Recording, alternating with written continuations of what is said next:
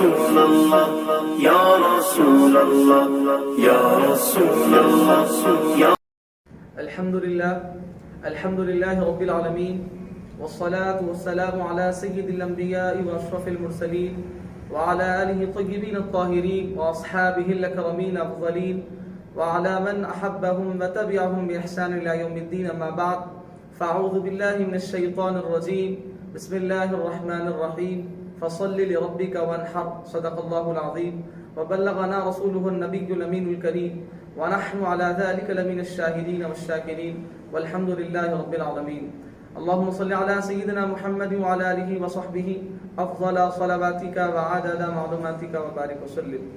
محترم مکرم ناظرین اکرام شفیق بزرگوں السلام علیکم ورحمۃ اللہ وبرکاتہ.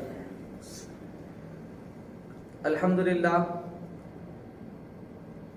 چونکہ ذی الحجہ کا آغاز ہو چکا ہے، قربانی سنت ابراہیمی ادا کرتے ہیں، تو اس پر اکثر لوگوں کو جو ہے کچھ سوالات ہوتے ہیں. اسی کے لیے ہم نے ہمارے ساتھ حضرت علامہ مولانا مفتی سید خلیل اللہ اویس بخاری نقشبندی مجددی قادری صاحب قبلہ مدد اللہ نورانی کامل جامع نظامیہ سے ہم نے حضرت کا وقت لیا. آج ہمارے پروگرام میں حضرت قبلہ کی آمد ہو چکی ہے. انشاءاللہ ہم حضرت قبلہ سے چند سوالات قربانی کے بارے میں کریں گے. میں حضرت قبلہ سے ادباً گزارش کروں گا کہ قربانی کے اوپر تھوڑی صاحب جو ہے ایک قربانی کے بارے میں مصحف بتائیں کہ قربانی کیوں ضروری ہے اور ہم قربانی کیوں کرتے ہیں، اس کے اوپر کچھ مصحف. الحمدللہ رب العالمین والصلاة والسلام علی اشرف الانبیاء والمرسلین وعلی آلہ وصحبہ اجمعین اما بعد.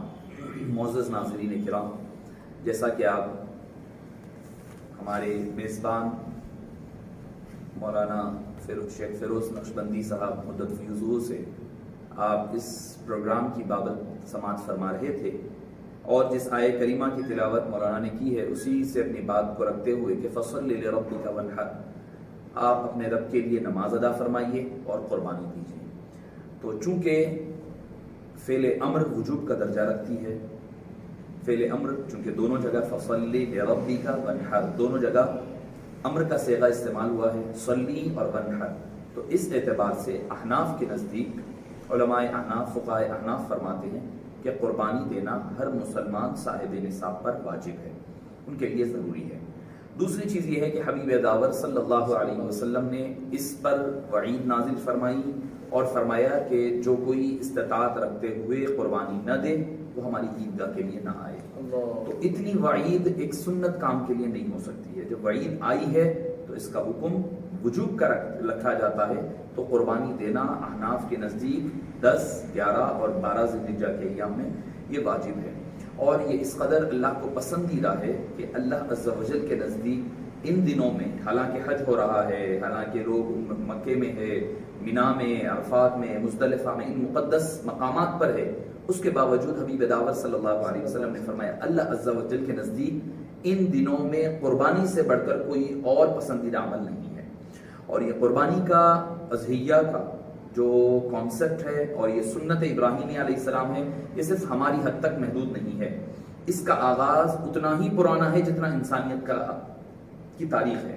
حضرت سیدنا آدم علیہ السلام کے دونوں صاحبزادے قابیل اور حابیل کا جو واقعہ ہم پڑھتے ہیں، اکثر سنتے ہیں، سورہ مائدہ اگر ہم پڑھتے ہیں تو اس میں ہے کہ وَلَمْ يُتَقَبَّلْ مِنَ الْإِذْ قَرَّبَا قُرْبَانًا فَتُقُبِّلَ کہ اللہ من احد من الآخر، کہ اللہ تعالیٰ نے قربانی ایک کی قبول فرمائی، دوسرے کی قربانی کو اللہ نے قبول نہیں فرمایا.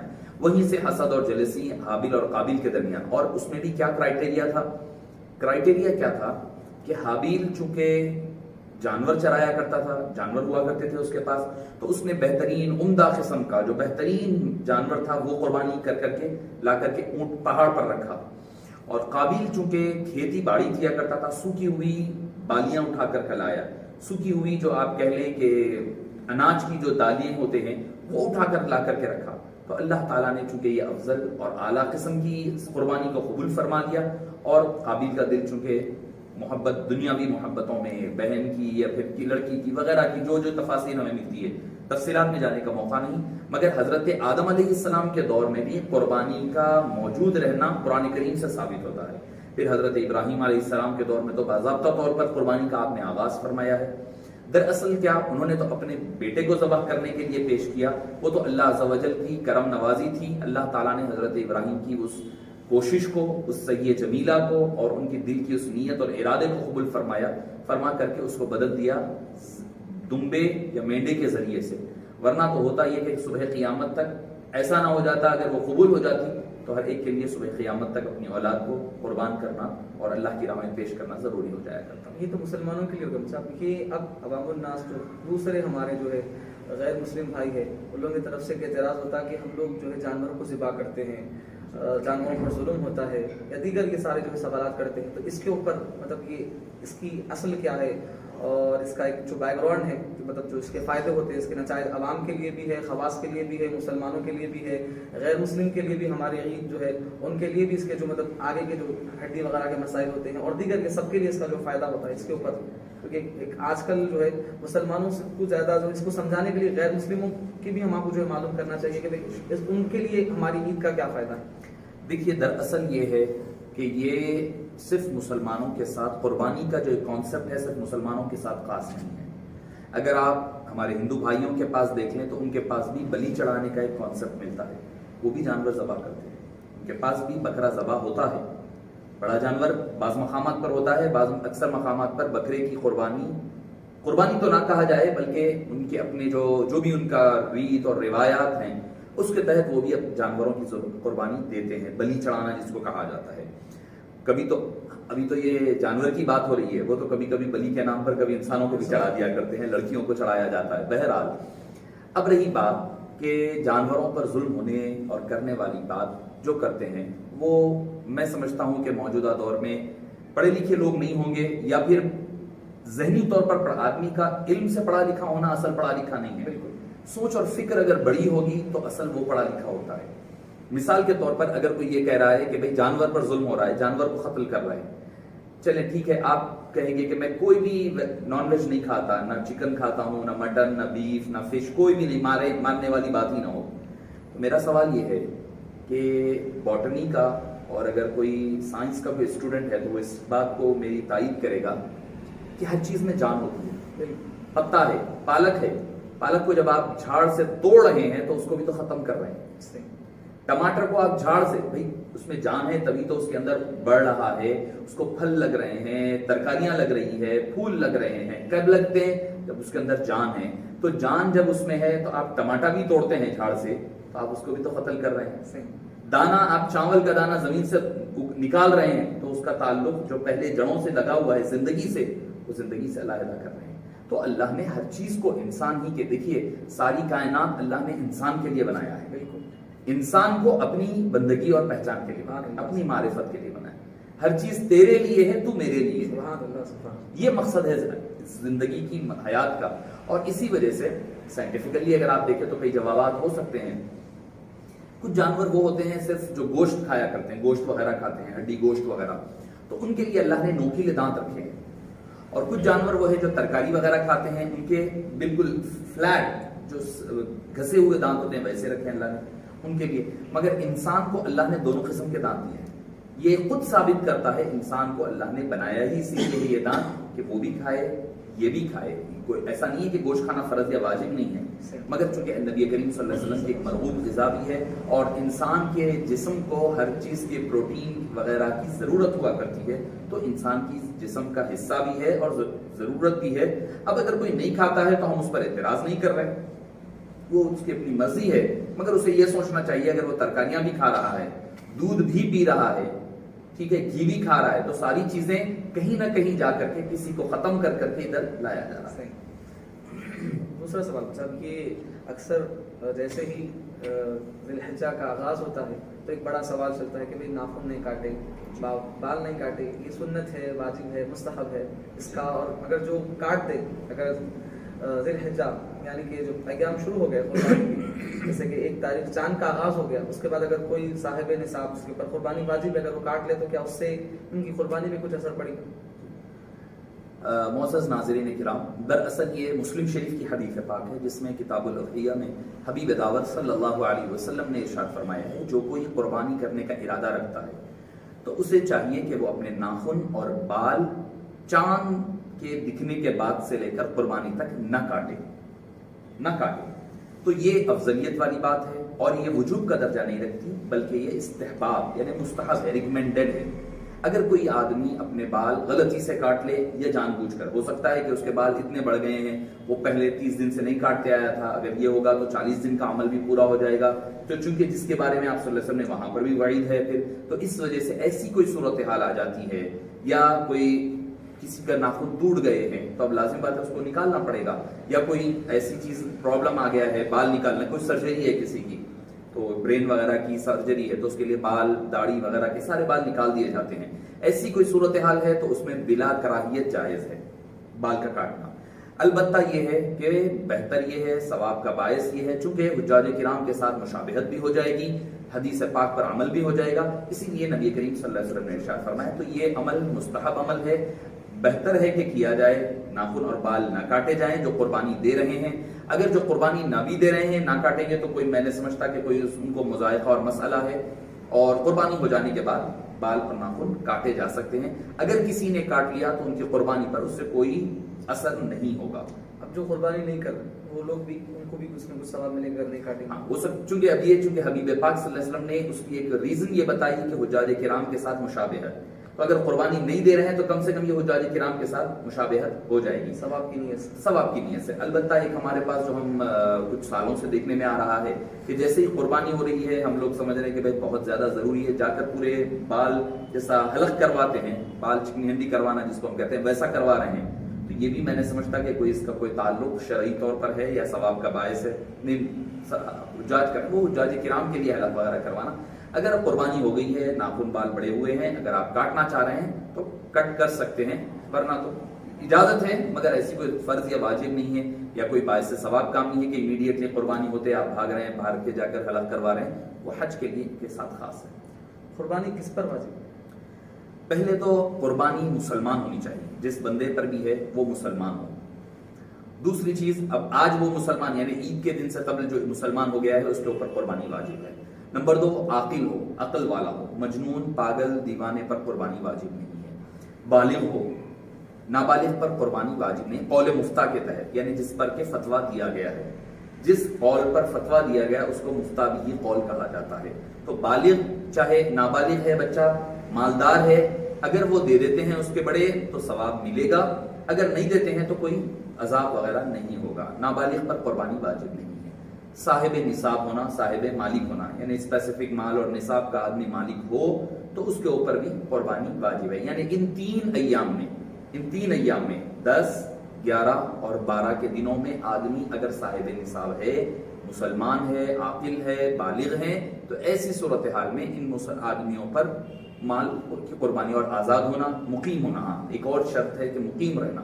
مسافر پر قربانی واجب نہیں ہے.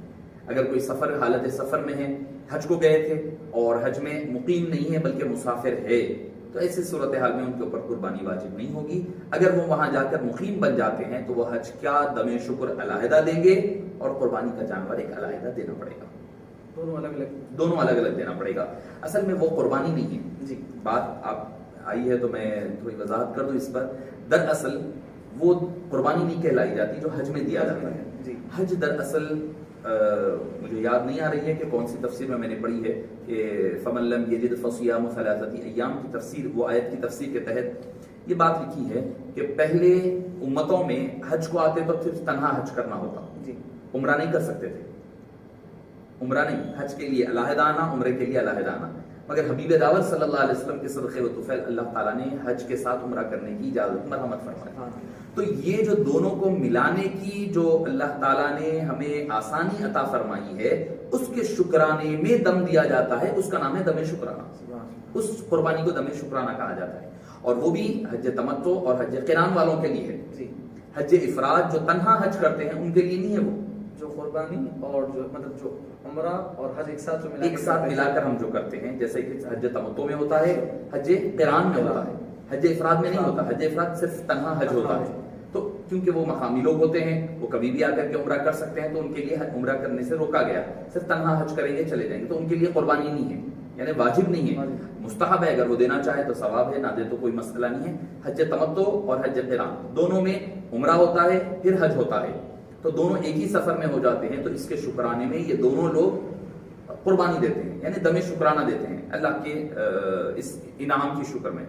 اگر وہ آدمی جا کر کے مکہ مکرمہ میں 15 دن رہ جائے، حج سے قبل 15 دن یا مکے میں 15 دن رہ جائے، تو وہ آدمی مصاف مقیم ہے، اس کے اوپر دم شکرانہ بھی دینا ہے، اور ادھر اپنی کنٹری میں یا جیسی بھی سہولت ہے وہاں ہے تو وہاں، یہاں ہے تو یہاں قربانی بھی دینا پڑے گا۔ اگر باہر رہ کے یہاں پر ہندوستان میں قربانی کروا سکتے دیا جا سکتا ہے قربانی، اگر آسانیاں ہیں تو پہلے تو یہ کوشش کی جائے کہ جہاں پر ہے وہیں پر دیا جائے، اگر وہاں پر سہولتیں نہیں ہیں، یہاں پر ہندوستان میں اپنے ملک میں اپنے گھر پر سہولتیں ہیں، غریب غربا یہاں زیادہ ہے، کیونکہ وہاں کا پتہ بھی نہیں چلتا ہے، وہاں کے کون دے رہا ہے، کس کو دے رہا ہے، آپ کی نظروں کے سامنے بھی نہیں ہوتی ہے، تو آدمی بعض وقت کنفیوژن کا شکار رہتا ہے۔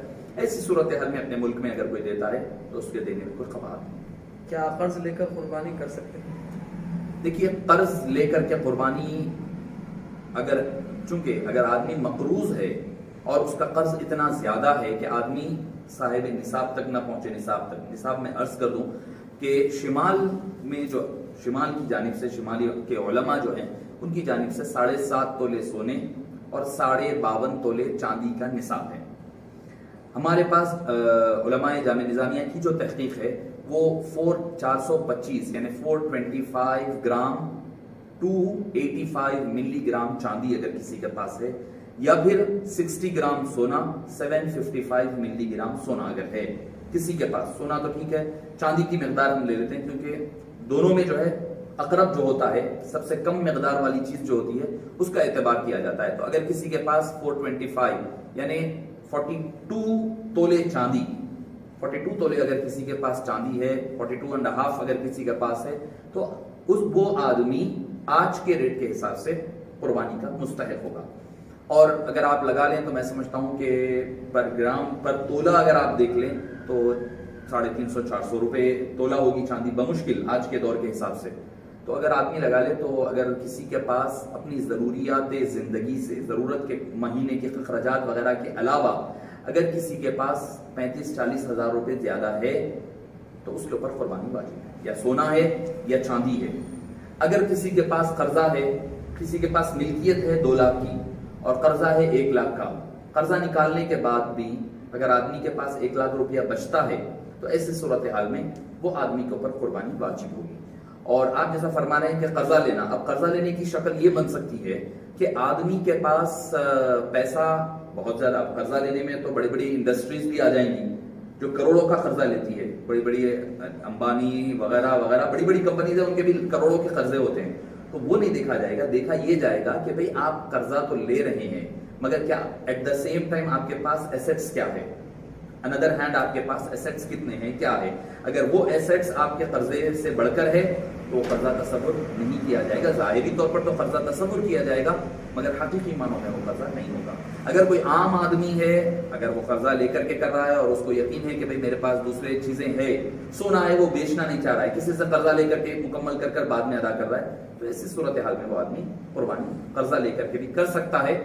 ہاں، اگر اس کے پاس بالکل ہی مال نہیں ہے، وہ صرف بالکل خلاش ہے، اور ویسی حالت میں قرضہ لے کر کے قربانی کرنے سے منع کیا گیا کیونکہ تکلف کا باعث بنے گا، اور اسلام جو ہے تکلف کا مذہب نہیں ہے، کوئی تکلیف اٹھانے کی بات نہیں ہے اسلام۔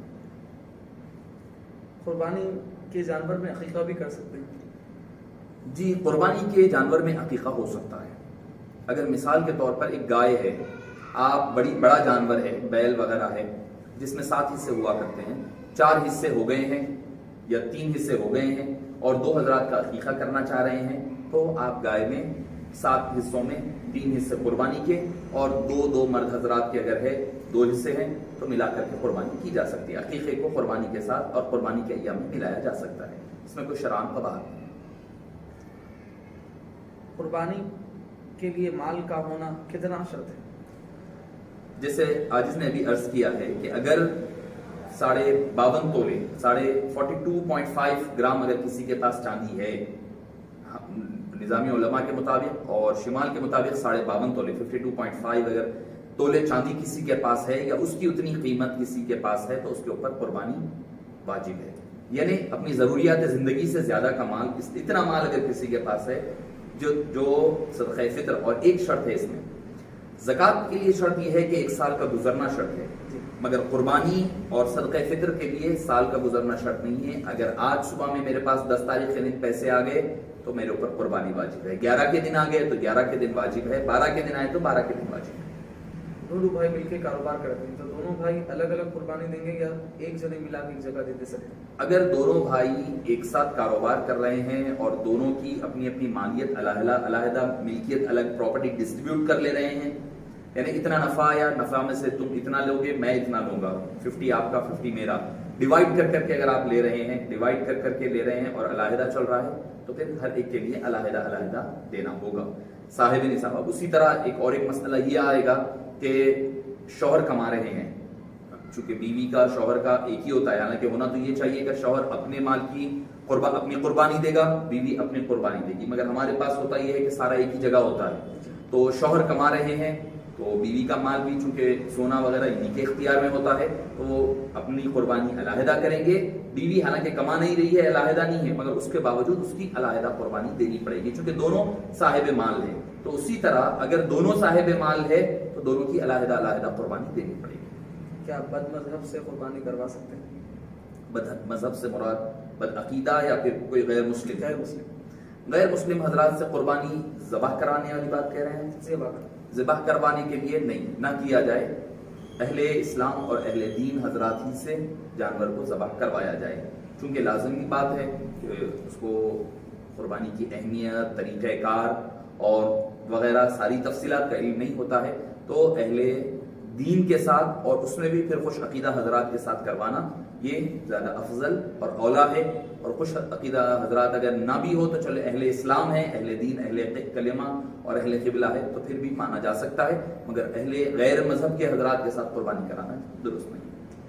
قربانی کا کون سا جانور قربانی کو اور کتنے سال کا، کون سے جانور؟ قربانی میں جو جانور ذبح کیے جاتے ہیں وہ ہے، ایک تو بکرا ہے، بکرے کی پوری فیملی آ جائے گی، بکرا، مینڈا، دمبا، یہ سارے اس کی فیملی آ جائے گی. پھر اس کے بعد گائے کی طرف چلے جائیں، گائے، بیل وغیرہ یہ سارے آ جائیں گے. اونٹ بھی اس میں شامل ہو جائے گا. ان دونوں نسلوں میں، یعنی اگر اونٹ کو ہم علیحدہ کرتے تو یہ 3 کیٹیگریز بنے گی، اونٹ، اونٹنی، دونوں، میل فیمیل دونوں بھی ہے، مگر میل کا دینا افضل ہے. چاہے کوئی بھی ہو، چاہے کوئی بھی جانور ہو، اس میں میل جینڈر کا دینا، میسکولائن جینڈر کا دینا یہ افضل ہے. اور رہی بات دوسرے حضرات جو بعض وقت جو ہے ہم یہ بھی دیکھنے میں آتا ہے، کوئی مرغی کا بھی قائل ہے، کوئی کہتا ہے کہ بھائی نہیں ہے تو مرغی دو، نہیں ہے تو انڈا دو. تو یہ نیا سوال، جی یہ ایک نیا نہیں بلکہ میں سمجھتا ہوں کہ پرانا ہے، ہر تھوڑے دن کے بعد وہ روٹیشن میں پلٹ کر کے آیا کرتا ہے. تو قربانی میں یہ جانور جائز نہیں ہے. ہاں عام کھانے کے وقت آپ کچھ بھی کھائیے، آپ کے لیے اجازت ہے جو حلال جانور ہے، مگر جو ذبح کرنے والے جانور ہے حبیب پاک صلی اللہ علیہ وسلم او شاتن او غنم او ابل وضاحت کے ساتھ فرما دیا ہے. اگر بکرا، بکری، دمبا وغیرہ کی جو فیملی ہے اس میں 1 سال کی شرط لگائی گئی. البتہ دمبا ہے ایسا ہے کہ بھئی دکھنے میں ہٹا کٹا ہے، 6 مہینے کا ہے، مگر وہ جب آپ دوسرے جانوروں کے ساتھ چھوڑا جا رہا ہے تو برابر لگ رہا ہے ہائٹ میں، دکھنے کرنے میں، تو جائز ہے. تو یہ جو جانور ہے یہ 1 سال ہے. اور آپ کے گائے، بیل، بھینس وغیرہ ہے ان کی 2 سال عمر ہونی چاہیے کم سے کم، اور زیادہ ہو تو باعث ثواب ہے. اونٹ ہے، اونٹ یا اونٹنی، ان کی 5 سال عمر ہے، کم سے کم یہ عمریں ہیں، 1 سال، 2 سال، 5 سال. اس کے علاوہ اگر کوئی بڑی عمر کا لیتا ہے تو بہت اچھا ہے، بہت اچھا ہے.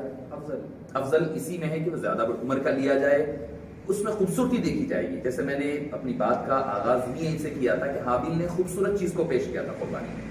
یہ نہ دیکھا جائے کہ بھئی دکھنے میں کیسا ہے، میں اتنے کا شو آف بھی نہ ہونی چاہیے. دوسری چیز مقصد صرف گوشت وغیرہ کا مقصد بھی نہ ہونی چاہیے. مقصد یہ ہونی چاہیے کہ اللہ کی رضا کے لیے ہونی چاہیے، اللہ کو راضی کرنے کے لیے. یعنی آج یہ جانور ذبح کر رہے ہیں جو ہمیں پسند ہے، اور اللہ نے یہ بھی کرائٹیریا نہیں بتایا کہ بھئی یہ ایک سیمپل ہے، دیکھیے یہ سیمپل کی طرح جانور ہوگا، اتنی ہائٹ کا ہونا، اتنی ویٹ کا ہونا بھی نہیں فرمایا. فرمایا تسر الناظرین، کہ دیکھنے والوں کو جو آدمی لے رہا ہے، جو قربانی دے رہا ہے، اس کو وہ راضی ہو جائے، یعنی اس کو اچھا لگے، جو من کو بھالے. وہ اللہ کو بھی بھانے والا ہے. تو آدمی کے اللہ تعالیٰ انسان کے قریب کتنا ہے اس کی مرضی کے، یعنی وہ جو پسند کر رہا ہے اللہ اس کو قبول فرما رہا ہے. سب بندے کی پسند ایسی ہونا جیسے کہ رب کی پسند ہونی چاہیے. اور یہ بھی ایک نیا چلا مطلب کہ بعض دوسرے مکتب فکر کے لوگ کہ بھائی ایک قربانی سارے گھر والوں کی طرف سے جو ہے ہو جائے. ہو جائیں گے، اس کا کیا؟ یہ آج کل بہت زیادہ چل رہا ہے، میں سمجھتا ہوں 2-3 سال سے تو زیادہ ہی چل رہا ہے کہ بھئی ایک جانور تمام اہل خانہ کی طرف سے جائز. اور پھر اس کو وہاں سے بھی جو رسول پاک صلی اللہ علیہ وسلم سے اس کو جو منسوخ کیا جاتا ہے کہ رسول پاک صلی اللہ علیہ وسلم بھی جو ہے کہ جو ہے ایک جانور اپنے لیے پھر ایک ساری امت کے لیے رسول پاک صلی اللہ علیہ وسلم جو ہے دیے تھے، تو ادھر جو ہے اس کو منسوخ کیا جاتا ہے. دیکھیے پہلی بات یہ ہے کہ قربانی کی کئی شکلیں ہوں گی. ایک ہوگی قربانی واجب، ایک قربانی ہوگی نفل یا مستحب کہہ لیں آپ. تو جو چیز واجب ہوتی ہے، جو بھی عبادت واجب ہوتی ہے، اس میں آپ کسی اور عبادت کو شامل نہیں کر سکتے. نفل اور مستحب عبادت میں ایک سے زیادہ کو شامل کیا جا سکتا ہے. اس کی ایک عام مثال ہم حضرت شیخ الجامعہ صاحب مدت فیوزوں سے سنا بھی کرتے تھے اور حضرت سے، کہ مثال کے طور پر آپ فرض نماز ہے یا واجب نماز ہے، اس میں کوئی اور نماز کو شریک نہیں کر سکتے. میں اگر عشاء کی پڑھ رہا ہوں، پڑھتے پڑھتے میں یہ نہیں بول سکتا ہوں عشاء کی بھی اور اس سے پہلے کی سنت کی بھی میں نیت نہیں کر سکتا ہوں. نفل اعمال میں نفل کو جمع کیا جا سکتا ہے. جیسے مثال کے طور پر میں مسجد میں آیا، آنے کے بعد کوئی سنت پڑھ رہا ہوں، پہلے فرض سے پہلے کی ظہر کی سنت پڑھ رہا ہوں، پڑھتے وقت میں چاہوں تو تحیت المسجد کی نیت بھی شامل کر سکتا ہوں. نفل کو سنت کے ساتھ اور مستحب کو ملایا جا سکتا ہے، فرض کو واجب سے نہیں ملایا جا سکتا. اس کی ایک اور آسان مثال، چونکہ یوم العرفہ بھی آ رہا ہے تو میں آپ مثال دے دوں. اب ہم یوم العرفہ کے دن روزہ رہتے ہیں، روزہ بھی وہ ہے کہ یہ بھی ایک مسئلہ ہے، شاید آپ کے پاس لسٹ آؤٹ ہوگا، نہیں ہے تو میں عرض کر دوں کہ آج کل یہ بھی ایک بڑا فتنہ چل رہا ہے. نہیں وہاں جب یوم العرفہ ہے تبھی یہاں عرفہ منایا جائے، یعنی ایک دن پہلے ہمارے پاس 8 ہوگی، نہیں، اس کا اعتبار نہیں ہوگا. ہر کنٹری وائز. اور ہم کیا سمجھتے ہیں کہ سعودی عرب میں یہاں میں 2.5 گھنٹے کا فرق ہے سمجھتے ہیں. دراصل وہ 2.5 گھنٹے کا فرق نہیں ہے، 26.5 گھنٹے کا فرق ہے. 26.5 گھنٹے کا، ایک دن پورا اور 2.5 گھنٹے کا فرق ہے. 26.5 گھنٹے. اس لیے آپ دیکھیں تاریخ وہاں کی الگ ہوتی ہے، یہاں کی الگ ہوتی ہے. ایک دن آگے چلتے ہیں، ایک دن پیچھے ہوتے ہیں، وہ لوگ ایک دن آگے رہتے ہیں. تو اب دیکھا جائے تو پھر ویسے ہی نمازیں بھی اسی وقت پڑھنی چاہیے جب وہاں جیسی پڑھی جا رہی ہے، اس کا اعتبار نہیں ہوتا. تو یہ جہالت والی بات ہے. کیونکہ ایک اور حدیث پاک میں آپ صلی اللہ علیہ وسلم نے یوم التاسع کا لفظ بھی استعمال فرما دیا، یعنی عرفے کے دن کا روزہ رکھو جو کہ 9ویں تاریخ ہے، 9ویں ذی الحجہ ہے. تو آپ صلی اللہ علیہ وسلم نے 9ویں کی وضاحت کر کے کہہ دیا کہ جہاں پر 9 ہے وہاں پر یوم العرفہ ہوگا. تو میں عرض کر رہا تھا، میں مثال دے رہا تھا کہ عرفے کے دن کا ہم روزہ رہتے ہیں. اس دن روزہ رکھنے والے دن ہو سکتا ہے کہ کسی کا رمضان کا ایک آدھ روزہ چھوٹا ہوا ہوگا. اگر وہ یہ نیت کر لے کہ میرا وہ رمضان کا چھوٹا ہوا روزہ ہے تو اس کو عرفے کے دن کا روزے کا ثواب نہیں ہوگا، وہ صرف قضا ہوگی. قضا میں نفل کو جمع نہیں کیا جا سکتا. اگر کوئی چاہتا ہے کہ عرفے کے دن کا علیحدہ ثواب لیں، خواتین اکثر سوال آتا ہی، اگر وہ عرفے کے دن کا علیحدہ ثواب لیں تو آپ کو وہ قضا کی نیت نہیں کرنی پڑے گی. آپ کو صرف عرفے کے روزے کا ثواب لیں، پھر بعد میں ایام میں آپ رکھنا پڑے گا. تو جو قربانی واجب ہے اس میں کسی کو شامل نہیں کیا جائے گا. جو قربانی نفل یا مستحب ہے اس میں شریک کیا جا سکتا ہے. حبیب داور صلی اللہ علیہ وسلم نے جو قربانی کی اپنی طرف سے وہ واجب تھی. اس کے بعد جو قربانی آپ نے علیحدہ فرمائی وہ نفل اور مستحب تھی. آپ بھی کر سکتے ہیں، پہلے اپنی قربانی واجب دے لیں، پھر اس کے بعد اگر فیملی ممبرس میں سے وہ لوگ صاحب استطاعت اور صاحب انتصاب نہیں ہیں تو ایک جانور ذبح کریں، اس میں آپ ساری امت کو شامل کر لیں، ساری دنیا کو. ورنہ تو یہ ہو سکتا ہے کہ پوری دنیا کی طرف سے ایک جانور ذبح کر دو نا بھائی، پوری دنیا والوں کی طرف سے ایک جانور ذبح کر دو. اگر ویسے ہی ہے جو وہ ایک حدیث لاتے ہیں جس میں وہ ذکر کرتے ہیں کہ ایک صحابی آیا اور آ کر کے آپ صلی اللہ علیہ وسلم نے ان کو کہا کہ تم اپنی طرف سے اور اپنے گھر والوں کی طرف سے ایک قربانی کا جانور دے دو. تو اس کی دلیل یہ ہے کہ وہ قربانی واجب نہ تھی، نفل قربانی تھی. حضرت ابو ایوب الانصاری رضی اللہ عنہ غالباً وہ تشریف لائے اور فرمایا یا رسول اللہ صلی اللہ علیہ وسلم میرے اوپر 7 قربانیاں واجب ہیں مجھ پر، مگر مجھے بڑا جانور مل نہیں رہا ہے. اور یہ مسند ابو داؤد کی، سنن ابی داؤد کی حدیث پاک ہے، صحیح حدیث پاک. یہاں تک کہ ناصر الدین البانی جو اہل حدیث کے امام ہیں انہوں نے بھی اس کو صحیح قرار دیا ہے. کیا فرمایا کہ میرے اوپر 7 لوگوں کی قربانی گھر والوں کی واجب ہے اور مجھے بڑا جانور نہیں مل رہا ہے. تو آپ صلی اللہ علیہ وسلم کیا فرماتے ہیں؟ اچھا ایک کام کرو، جاؤ جا کر کے ایک جانور، ایک بکری لو اور ذبح کر دو. فرماتے نہیں، آپ صلی اللہ علیہ وسلم نے فرمایا جاؤ جا کر کے 7 بکریاں لو اور ان کو ذبح کرو. وہ گئے اور 7 جانور لیے اور 7 جانوروں کو ذبح فرمایا. تو جو قربانی واجب ہے اس میں کسی اور کو شامل نہیں کیا جا سکتا. ثواب میں پھر بھی شامل ہو سکتے ہیں، یعنی اے اللہ یہ جانور میری طرف سے ہے، اس کے ثواب میں کئی اور کو اس کا ثواب پہنچا، یہ ہو سکتا ہے. ثواب میں شامل کر سکتے ہیں، وجوب میں شامل نہیں کیا جا سکتا. مرحومین کے نام سے قربانی کر سکتے ہیں؟ جی، مرحومین کے نام سے قربانی کرنا یہ نفل قربانی ہوگی. ہاں، اگر ان کی وصیت ہے، انہوں نے وصیت کر کے مال رکھ کر کے مرے ہیں، فوت ہوئے ہیں، تو اس پر وہ واجب کرنا واجب ہوگا، ضروری ہوگا. اور اگر چونکہ اس کی دلیل ہے ہمارے پاس، آپ صلی اللہ علیہ وسلم نے، جیسے آپ نے ابھی حدیث پاک عرض کی کہ آپ صلی اللہ علیہ وسلم ایک جانور اپنی طرف سے، ایک جانور اپنی تمام امت کی طرف سے فرماتے، ذبح فرماتے. تو امت میں پہلے والے کئی تو ایسے بھی تھے جو اس وقت فوت بھی ہو چکے تھے. مدینہ پاک کی بات ہے، یہ قربانی جو ہے مدینہ پاک میں وجوب کا درجہ ملا. تو آپ صلی اللہ علیہ وسلم مکے میں جو قربانی کی، مکے میں بھی تو کئی صحابہ کرام شہید ہوئے، فوت ہوئے ہیں، تو وہ بھی شامل ہو رہے ہیں جو مرحومین بن چکے ہیں. خود حضرت مولا مشکل کشا رضی اللہ عنہ وارضہ فرماتے ہیں کہ میں ہر سال ہر وقت 2 جانور دیتے، ایک اپنی طرف سے، ایک حبیب پاک صلی اللہ علیہ وسلم کی طرف سے. تو مرحومین کی طرف سے قربانی کرنا جائز ہے، مگر ایک ہمارے پاس بڑا غلط کانسیپٹ پایا جاتا ہے. کیا کہ اپنی طرف سے نہیں، مجھے میرے والد سے زیادہ محبت ہے، حال میں ان کا انتقال ہوا ہے، یہی سال ہوا ہے، میں میری قربانی نہیں دے رہا ہوں، میرے والد کی طرف سے دے رہا ہوں. یہ غلط بات ہے. وہ قربانی نفل ہوگی، اس کا نفل ثواب ملے گا. اگر آپ کے اوپر قربانی واجب ہے تو واجب ترک کرنے کا عذاب آپ کے اوپر ہوگا. تو اگر آپ کے اوپر قربانی واجب ہے تو پہلے آپ اپنی طرف سے دیں. ایک ہمارے پاس جو بات اسی کے منسلکات میں سے ہے کہ روٹیشنل قربانی ہوتی ہے بعض گھروں میں. کیا کہ اس سال جو ہے والد کی طرف سے، آئندہ سال والدہ کی طرف سے، اس کے بعد بیٹے کی طرف سے، بیٹی کی طرف سے، چھوٹا بچہ بڑا جو صاحب نصاب ہے ان کو نہیں دیکھا جاتا. یہ بھی بات غلط ہے. جو کوئی صاحب نصاب ہے ان کی طرف سے دینا پڑے گا. جو صاحب نصاب چھوٹے بچے وغیرہ ہے ان کی قربانی نفل ہوگی. نفل دینا ضروری نہیں ہے، دینے پر ثواب ہے، مگر جو واجب قربانی ہے وہ نہ دینے پر عذاب ہوگا. اور ایک اس کے ساتھ ہی اس کو جوائن کرنے کے لیے کہ جو ہے ہمارے پاس ایک فرسٹ ٹائم اگر کوئی قربانی کرتے ہیں، صاحب نصاب ہے، یا اگر جو صاحب نصاب ہے وہ ایسا دیکھنے میں آتا ہے کہ پہلی بار جب قربانی کی جاتی ہے اور رسول پاک صلی اللہ علیہ وسلم کے واسطے کی جاتی ہے، اس کے بعد پھر دوسرے سال صاحب اس کو بولیں، اس میں کیسے؟ دیکھیے مسئلہ وہی ہے، مگر شریعت کا مسئلہ ہے. یقیناً آپ صلی اللہ علیہ وسلم کے نام سے قربانی دینا بہت ہی اچھی بات ہے، دینی چاہیے. اللہ نے جس کو استطاعت دی، حبیب پاک صلی اللہ علیہ وسلم نے ہر سال دی ہماری طرف سے، تو ہمارا بھی فرض بنتا ہے ہم بھی دیں. مگر اگر کوئی واجب قربانی چھوڑ کر آپ صلی اللہ علیہ وسلم کے نام سے قربانی دے گا تو آپ صلی اللہ، کیونکہ ہمارے بعض وقت ہوتا یہ ہے کہ علماء کرام وغیرہ بولنے میں تھوڑا عوام میں غلط پیغام دے گا. مگر جو شرعی مسئلہ ہے وہ کلیئر ہونی چاہیے کہ اگر کوئی آدمی آپ صلی اللہ علیہ وسلم کی طرف سے قربانی دے رہا ہے اور اپنی واجب چھوڑ رہا ہے تو وہ گناہ گار ہے. آپ صلی اللہ علیہ وسلم کی طرف سے جو قربانی دے گا اس کا ثواب یقیناً ملے گا، مگر اپنی واجب قربانی ترک کرنے کا اس کے اوپر وبال رہے گا. تو اگر کوئی آدمی کے پاس اپنی واجب قربانی دینے کے بعد اضافی مال ہے تو آپ صلی اللہ علیہ وسلم کی طرف سے دیا جائے. ایسا نہ ہو کہ اپنی واجب قربانی چھوڑ کر کے آپ صلی اللہ علیہ وسلم کی طرف سے نہ دیا جائے. اور مختصر سے یہ کہ اب عوام کو کچھ پیغام آج کے پروگرام کا ہمارا.